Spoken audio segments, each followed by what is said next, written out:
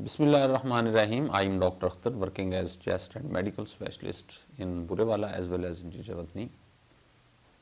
इस वीडियो में हम बात करना चाहेंगे, हमारे एक दोस्त हैं नबीउल्लाह साहब, उन्होंने एक क्वेश्चन पूछा था कि ये साइनोसाइटिस क्या होता है, या दूसरे लफ्ज़ों में हम कह सकते हैं कि जो मुसलसल बलगम पैदा होती है, रेशा पैदा होता है, इसकी क्या वजूहात हैं और उसका क्या इलाज है, इसके बारे में ज़रा मैं बात करना चाहूँगा।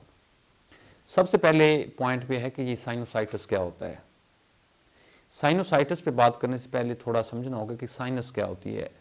अगर आप इंसानी खोपड़ी को देखें, स्कल को देखें, तो आपको कुछ खाली जगह नज़र आती हैं, होल्स यहाँ पे आते हैं, नाक के साथ साथ आते हैं और ऊपर आंखों के नीचे नज़र आते हैं। इनको हम साइनसेस कहते हैं।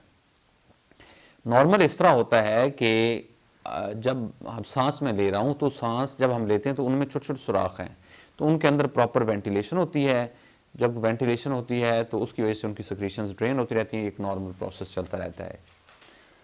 अब ये साइनोसाइटिस कब बनता है? जब इसके अंदर कोई उस सुराख को बंद कर दे, ऑब्स्ट्रक्शन आ जाए, तो उसके बाद वो जो सिक्रीशंस हैं वो उसके अंदर इकट्ठी होती हैं, जिससे इन्फेक्शन होता है और बार बार आपको बलगम पैदा होती है। अब ये इसकी वजह है, ये साइनोसाइटिस है, जो कि आम लफ्ज़ों में एक आम आदमी को समझाया जा सकता है। अब अगली बात है कि इसकी वजह क्या है।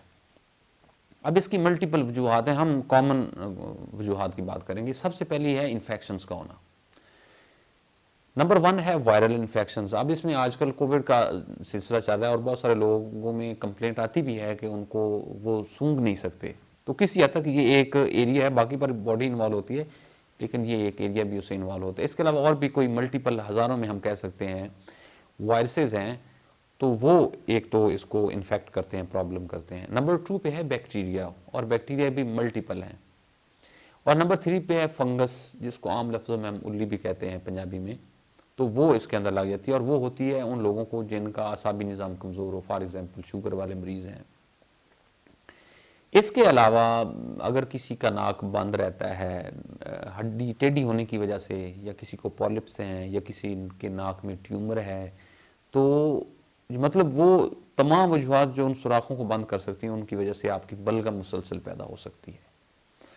अब अगली बात है कि इसका इलाज कैसे किया जाता है।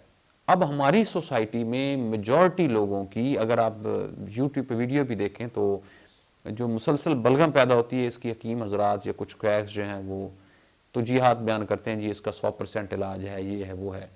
तो इसमें मैं थोड़ा आपको ना लॉजिकली बताना चाहूँगा, और कोशिश करें कि इसको फॉलो करें, ये आपके मफाद में होगा। अब देखें, जो भी इन्फेक्शन, या अगर हम वायरल इन्फेक्शन की फॉर एग्जांपल बात कर लें, तो इसके 2-3 फेजेस होते हैं। पहला फेज होता है रेप्लिकेशन फेज, जो कि कोविड में भी हमने देखा है, और दूसरा होता है उसका सिम्टमटोलॉजी का या इन्फ्लेमेटरी फेज। अब ये क्वैक हजरात क्या करते हैं कि आपको जाते ही यूजली स्टीरॉइड्स देते हैं, डेक्सा के इंजेक्शन लगा दिया या बेटनीसोल की टैबलेट को पीस के दे दिया पुड़ी की शक्ल में। अब ये स्टीरॉइड है, ये एंटी इन्फ्लेमेटरी, ये सोजिश को सेटल करता है, इसका बस ये काम है। अब इसमें प्रॉब्लम वहाँ होगा अगर आप रेप्लिकेशन फेज में चले गए, चूंकि वो क्वालिफाइड बंदा नहीं है, ना उसको पता है कि रेप्लिकेशन फेज क्या होता है, उसने तो अपने एक खास एक तरीकाकार जिसको अप्लाई करना है। तो अगर रेप्लिकेशन फेज में उसने दे दिया, तो उसमें क्या होता है कि आपका आसाबी निज़ाम और कमज़ोर हो जाता है स्टीरॉइड की वजह से।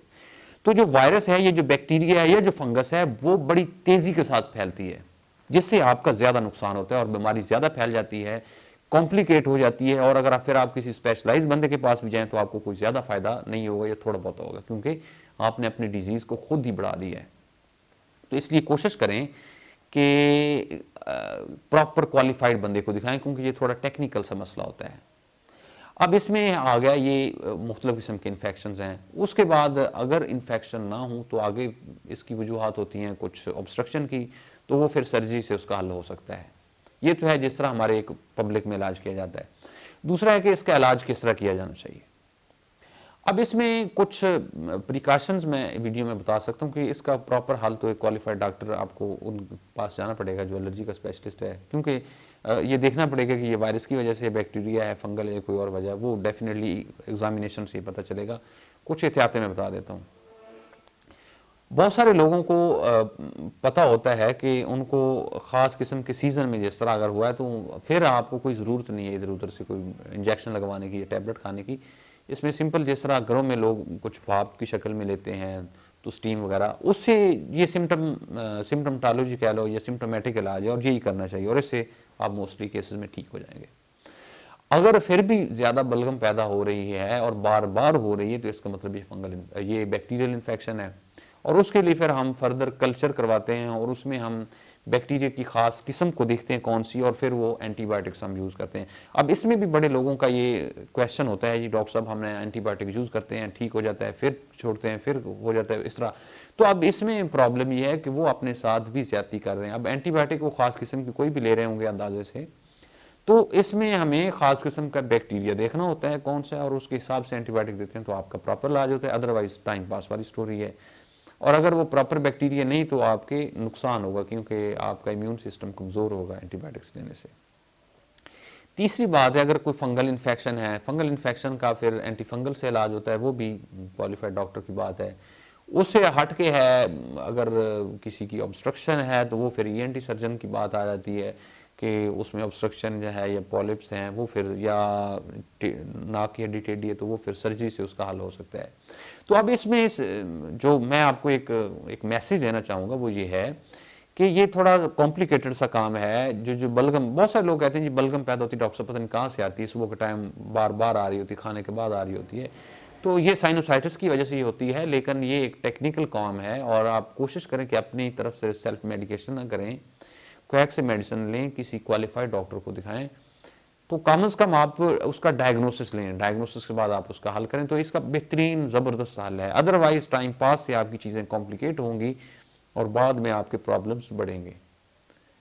अगर आपको मेडिसिन से मुतल्लिक या चेस्ट से मुतल्लिक कोई क्वेश्चन पूछना है, मोस्ट वेलकम, आप नीचे कमेंट्स में पूछिए, हम कोशिश करेंगे कि वीडियो के शक्ल में आपको उसका आंसर करें। अल्लाह ताला आपका और आपके घर वालों का हामी नासर हो। अल्लाह हाफिज़।